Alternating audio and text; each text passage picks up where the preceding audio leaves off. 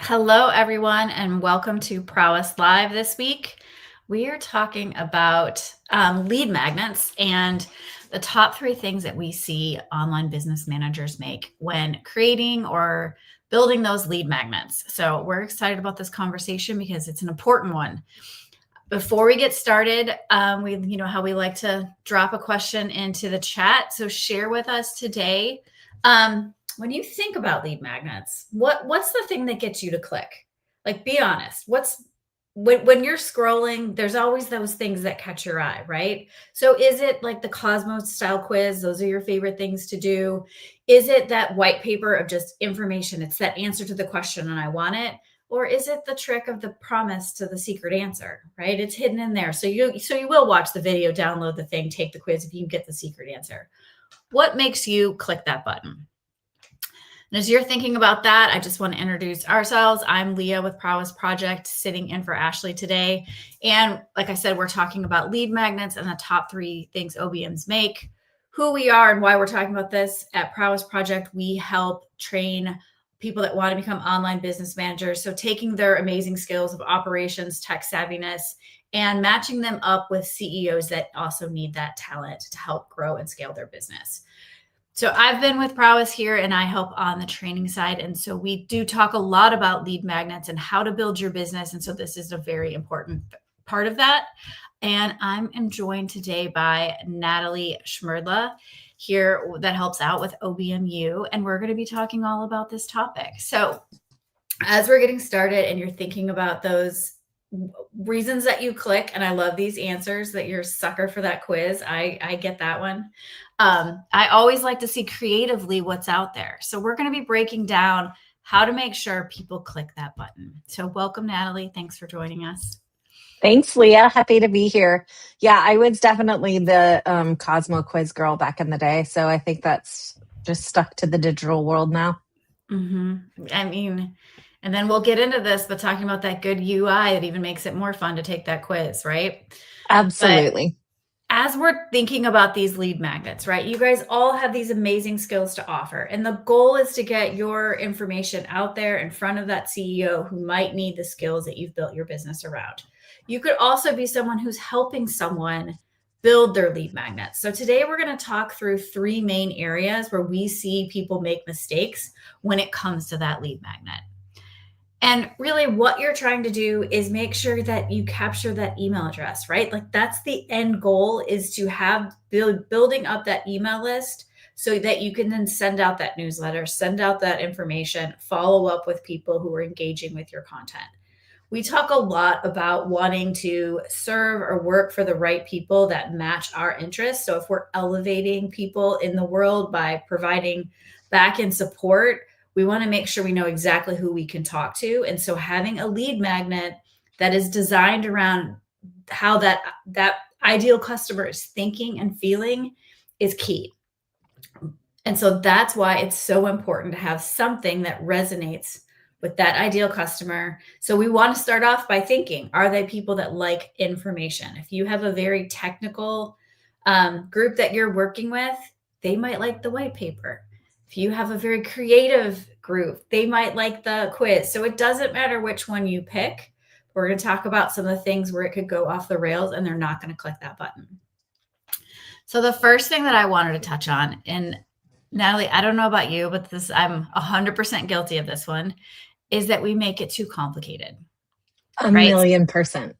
So I know that when I start to think about a lead magnet and I get out my pen and paper and my buddy ChatGPT, which is like almost dangerous at this point, right? Because we can put it in there. We can have the ideal prompt and put in, I want a lead magnet for this idea, and all of these ideas start coming back. Or I'm writing down all of these things that I've downloaded and I really like them. And now I have this huge list of all these things that I want to cram into this one asset that I want to deliver to the customer. And this is the biggest mistake I see people make, is that we spend too much time, we overcomplicate the process, when really the goal is to deliver one answer, get them to click one button for one answer, right? And get that one email address. And we want to keep it simple for us to maintain and manage. But we also want to keep it simple, like you said, for that user experience. If the user is clicking the button 4 times to get the results that they wanted, they're going to stop clicking and they're going to get away from it. I think that an example of this is, so when I first started my business, I wanted to provide a way for people to just, prioritize tasks. And to me, it was really simple. You create this download, you have, a list of things that you want to do, and then you highlight the ones that are in one category, one color, another category, another color. And it just got too complicated. And so it was like I had like a 10-page download by the time I was done. So I simplified it. It was basically steps to do your, prioritization process. And I downloaded it or simplified it, downsized it to being just 1 page with all of the steps in the process, because not everybody thinks like I do in columns or rows or spreadsheet format. So I found that was a lot easier. And I felt like that was going to get more follows, and it absolutely did. So that was one way of simplifying it for the user, but also simplifying it for myself. And Natalie, you bring up an interesting point in that getting excited and all the different ways that we can do it. How many times have you been working with a client, right? Because that's a two-sided sword that we deal with in doing these live shows, is that we think about it from our perspective, what we want in our business, but our mind goes to how do I serve and help my client? And a lot of times our client will say, hey, we need a lead magnet, or we got to change the lead magnet. I now want to talk about this. Do you ever run into the issue of too many ideas coming in your head for your client?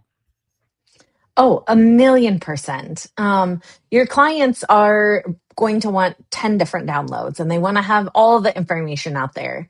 And what is the phrase that we always use? Confused buyers don't buy. So a confused process or too many assets out there are going to confuse that client's buyer also. So I think that you talk with your clients in those way, and you talk about a way to streamline it. Maybe you plan it out. Maybe it's a different asset, throughout the year. It doesn't all have to be out there and available to them at once. But you also want to show them that they're probably giving away a ton of value for free. And so they are not seeing their worth in that moment as well, if they have too many assets or too complicated of an asset that they're putting out there. Great point. Because that is a danger, is as we're overcomplicating, we're also providing too much. So we always think about here at Prowess is, what is that one problem that we're helping them solve, and giving them one quick win. That all of that they're getting with that one click, right? So ways and that I've seen that work really well is the checklist, right? Yeah. So you're just giving them a checklist to think about how to solve this problem. So in the OBM world, this could look like, ways to clean up your email inbox, and come up with 5 ways, right, that they could do that. What you're demonstrating there is that you can help them solve a problem. Now you have their email. Now you get to follow up, and all those other things, or the other ways they could do it, or what personality style is what we can build over time in future newsletters and future outreach. And absolutely. So Nellie, I've heard you say here in trainings and that sort of stuff is, what can they consume in under 10 minutes, right? That's a good way to look at it. Is because you want it to be that they get it and it feels like that quick win right away. Yeah, if it takes somebody more than 10 minutes, they're going to get bored. They're not going to follow up, and they're not going to read it. I can't tell you how I have a special email just for these things, because I do so many of them. And if I don't get the response back, I put it in my spam folder and I move on with my life. So you don't want that experience for your prospects or your leads. So you want to make sure that they are going to get the information that you told them you were going to give them, just enough, not too much, and then also keep them coming back for more. So that's one of the things that you want to really think about is, you give them everything in that first spot, they're not going to come back for more. So that's another way to think about keeping it simple. Yes. And so Other things that I like to think about is in that user experience, right? So if they downloaded it, what does it look like on their phone? Is that very, again, keep it simple. Don't overcomplicate it. If it's a list, they can see it, and the button to click to contact you is right there and it's obvious. If it is a one pager, same thing. Does it all fit on one page? And is your information for the call to action really clear and on that all in one spot? If you're going to a web page, make sure things are above the fold so it's easy to digest right off the bat. And so that, again, that person, they're not going to move on because they can't find it or get to the bottom of it. I don't know how many times, I know it's a thing to put it into a video and get them to watch the end of the video, but make sure on that screen they know why they're watching the video. Because the other thing is, how many times do people click to download and want to watch it later, and then they forget, why is this even in my inbox? So keep it very clear, do not overcomplicate it, and answer the biggest question you think that they have. Absolutely. Okay, so let's move on to number 2. And if you guys have questions as we're going through these, feel free to throw them in the chat and we'll get to those. So the second mistake that we often see OBMs make is, and this can go into the overcomplicating it, but all of a sudden we're solving a problem that people aren't actually Googling. And a way to think about this right now is with our friends, all the LLMs out there, or the questions people are putting into AI, making sure it is a question that's simple enough that you know your ideal customer is actually looking for. Yeah. And I love all the amazing information that's in my brain, but sometimes it's too deep for the actual question that the person would have started to Google, right? So we sometimes have to go back and say, okay, let me put myself in their shoes. And how would they be asking this question? Yeah. And this is really where, especially if you are really specific in your niche or your offer, where you might get a little too detailed or a little too nuanced with what you're actually providing in that lead magnet, Leah. I think that a lot of times, if I think about like the health and wellness industry right now, everybody's got, the wall Pilates quizzes that you can take, or the, 30-day workouts, the floor workouts, or the seated workouts, or what have you. Nobody's, providing here is a very specific diet plan for a very specific body type, for a very specific, that is a scenario where you probably have gone a little too far. Everybody wants something to get them started. And so think about what that main question is that people are in your niche, in your industry, are going to be Googling. And then that's what you really want to build that lead magnet around. Yes. And I think a good example of this, again, is around AI. And I promise I do think about other things besides AI, but it's usually the top of my brain. But right now, I think our potential customers as OBMs, operators, whatever you're calling yourself, is our customers thinking, I need to be using AI. What am I supposed to be doing? And I'm very guilty of this. People will ask me the question and I'll start being like, well, do you know anything about prompt engineering? And when you build a prompt, you should probably have these things in here. And here's exactly what a knowledge base is. And, oh, you're on Microsoft. Are you using, how are you building you're using the Power BI? All right. We'll go deep really fast because we're excited about it. And instead, like just pulling back, if you, again, lead magnet, you want them to click to capture their email, it could be 5 things to think about when planning for your AI strategy. It could be top 3 tools that are already at your fingertips to implement an AI, right? How many people actually know all the features in their Google email or their Gmail that are AI related that could help them? So it can be super simple. I think we go to a more complicated matrix to give back that information because we're passionate about it. Absolutely. And I think one of the things that can definitely trip you up when you are building your lead magnets is all of that jargon, right? All of that terminology that, again, like you were talking at the beginning, the CEOs don't necessarily have all of that background and understanding that the clients that you're talking to don't have that background and understanding. So if you're throwing out things like large language models and knowledge base and things like, they're probably not going to have a clear understanding of what that looks like, nor do they want to be the ones to build it. So to your point, having 5 things that you can consider on your AI strategy, oh, that's going to resonate because they know that they need to have a AI strategy to stay relevant. Where do they get started? That's a way for them to get started. Again, then you come in, you get their contact information, you show them, here are the things that I could do for you. They want to partner with you, and that's how you get clients. Yes, yes. Is there anything that you like to do in like check and balance for yourself when it comes to, have I gotten too heavy with this lead magnet?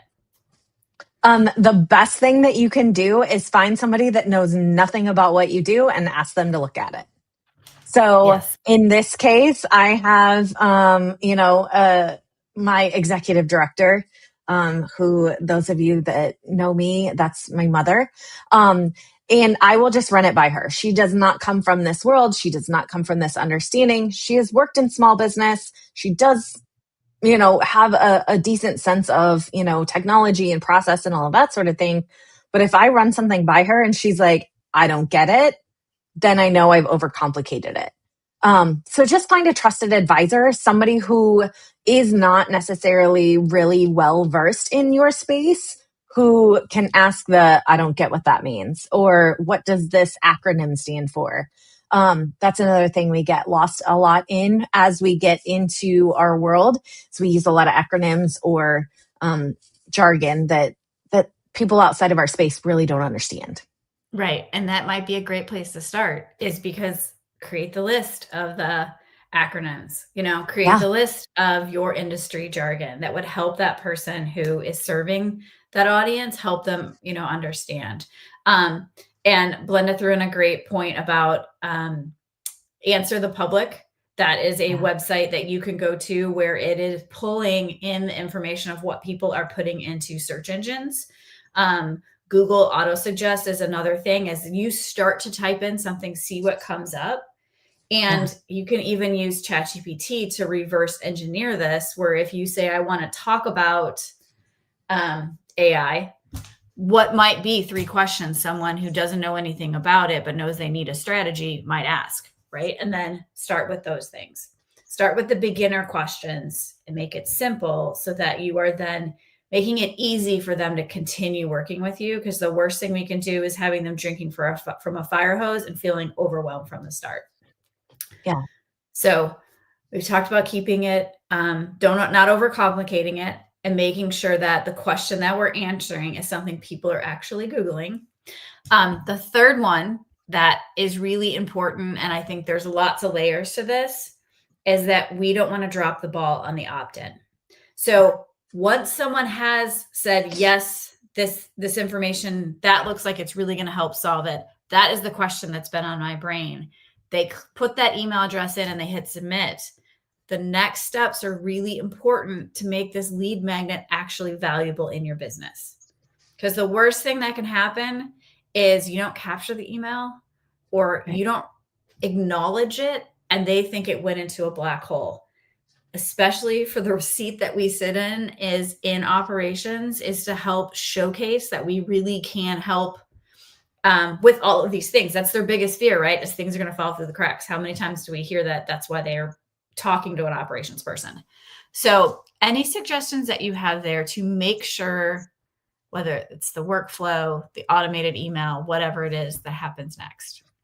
So a couple of things here. One, you got to build it, right? So you have to have that nurture sequence afterwards. So think about it being 3 to 5 emails as a starting point.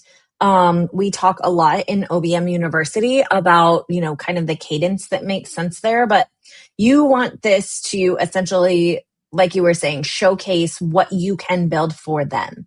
So somebody opts into your lead magnet, you gather their contact information. Maybe you respond not just with the asset that they're downloading or the white paper or whatever it is.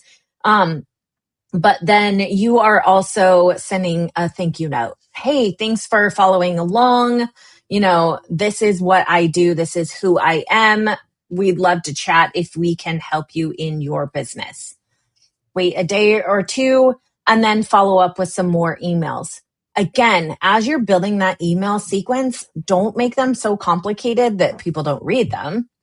But also don't bombard with emails, because the last thing you want to do is have somebody unsubscribe because there's too much coming to them too frequently. So you really find a good cadence for your communications. And again, your whole intention there is to add just enough value or give them just enough of a taste of how you can help them in their problem that they just Googled that your lead magnet answers, so that they are going to engage with you, schedule a time to chat, and hopefully become your client. Yes. And what also is popping into my head is going back to that don't overcomplicate it. The simple schema of how you've built that out is an example of a simple lead magnet, right? When someone's like, I don't know what a workflow would even look like, you've helped them visualize that. It all goes back to who's your ideal client that you're talking to. But I think it is really important. I know a lot of people have heard me say that your lead magnet experience is an example of your work.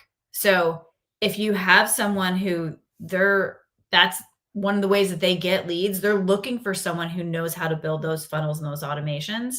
So that is an example that they get a prompt response.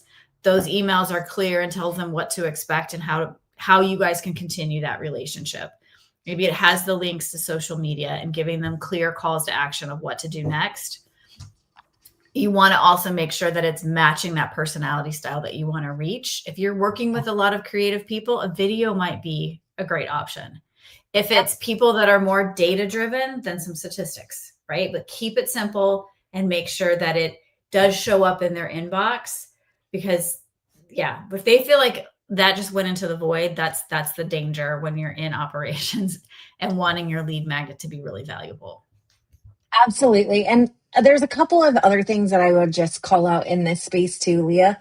So one, if you've ever taken how to use, effective communication and visuals, right? When you go through any PowerPoint 101 or creating a slide deck 101 course, 3 to 5 bullets max. Right? So you want to make sure those emails aren't novels, because nobody's going to read through it. Nobody's going to follow up. Nobody's going to get to the call to action. So kind of like you were saying, above the fold, if they have to scroll on their phones, because everybody's on their phones these days, if they have to scroll, they're not going to get to the bottom. So make sure that you're keeping that in mind, which leads me to my second point is make sure all of this is mobile friendly. Because the worst thing that you want to do is have them sign up on a mobile device and then they can't respond or get a hold of you via mobile email. So again, as you're thinking about the body of those emails, just make sure that you're keeping it simple and again, not overbearing, because how many of us have, signed up for 400 newsletters and we don't read a third of them. So you don't want to be one of those, because you want clients. Yes. But on the other side of that is you do need to send out that newsletter or whatever it is, whether it's quarterly, whether it's whatever cadence you want that matches your audience. Do send out the newsletter. Do send out those other emails, because them clicking on that button to submit their email says they want to see you back in their inbox, right? We feel like we're bothering people, right? Like we spend all this time creating this lead magnet. It's full of value. We know it's going to serve them. And then we're afraid to then continue the process sometimes, right?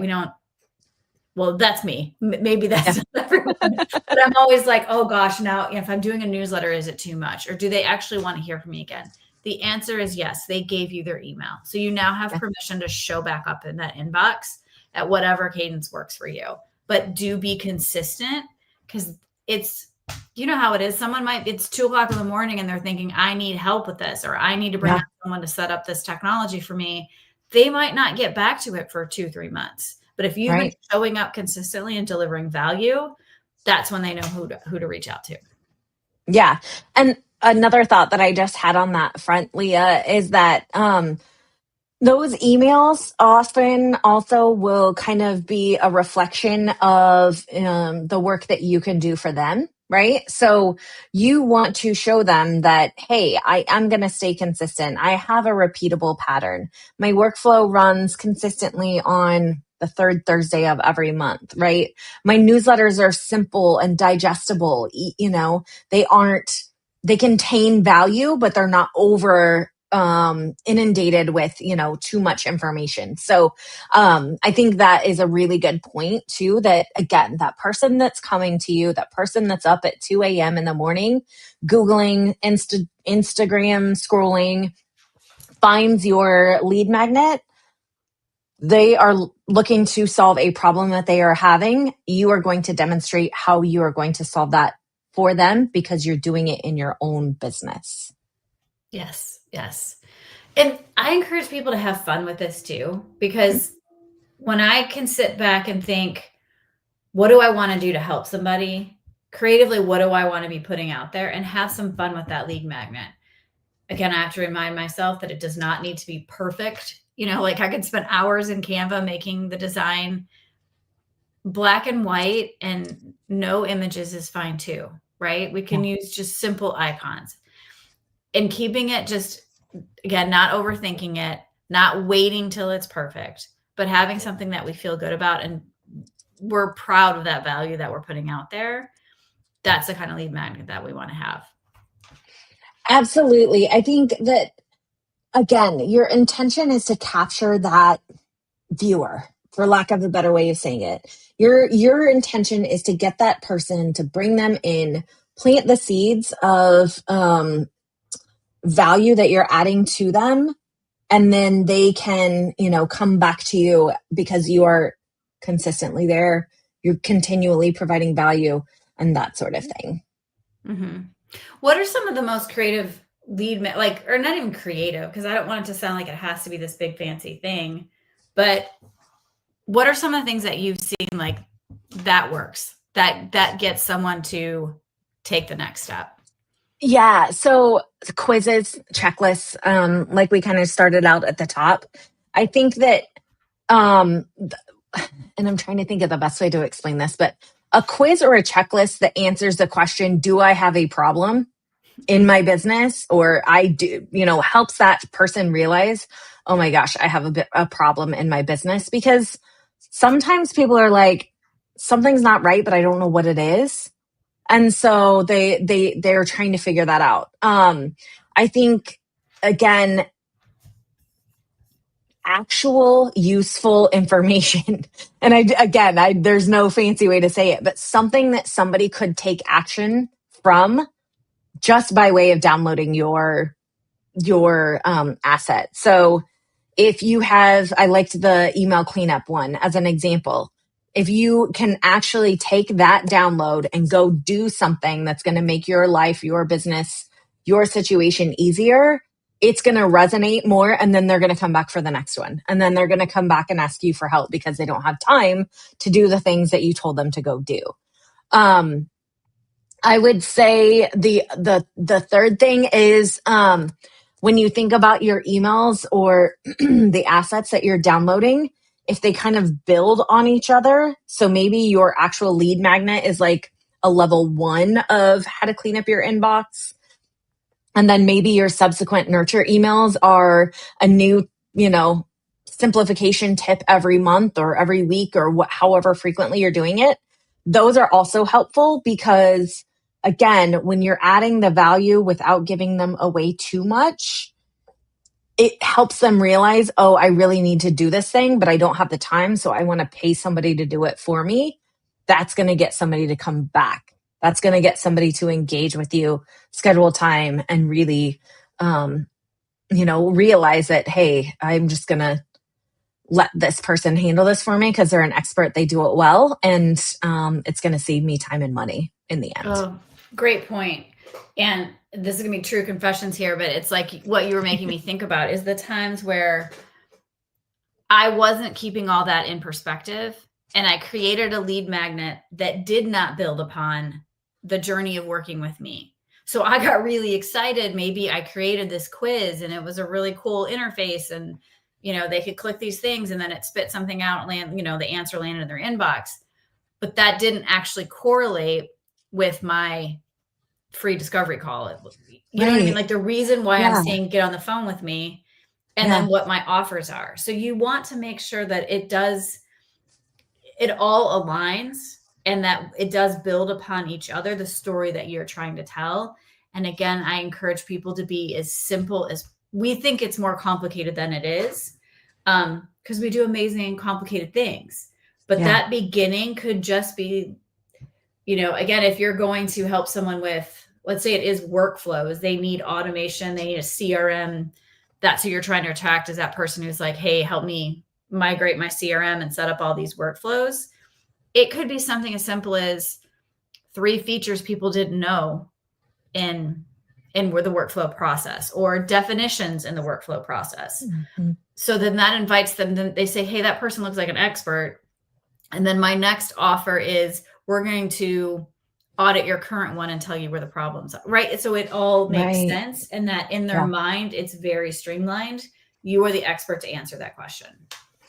Absolutely. I think one other thought that came to my mind while you were saying that, Leah, is that lead magnet should almost give them to a yes or no question, or a yes or no answer. So if I think about like a quiz or a checklist, again, going back to the email cleanup as an example, are there more than 10,000 emails in your inbox? Yes or no? Are there, more than 5,000 emails in your spam? Yes or no? Do you avoid email because you have too many of them? Yes or no?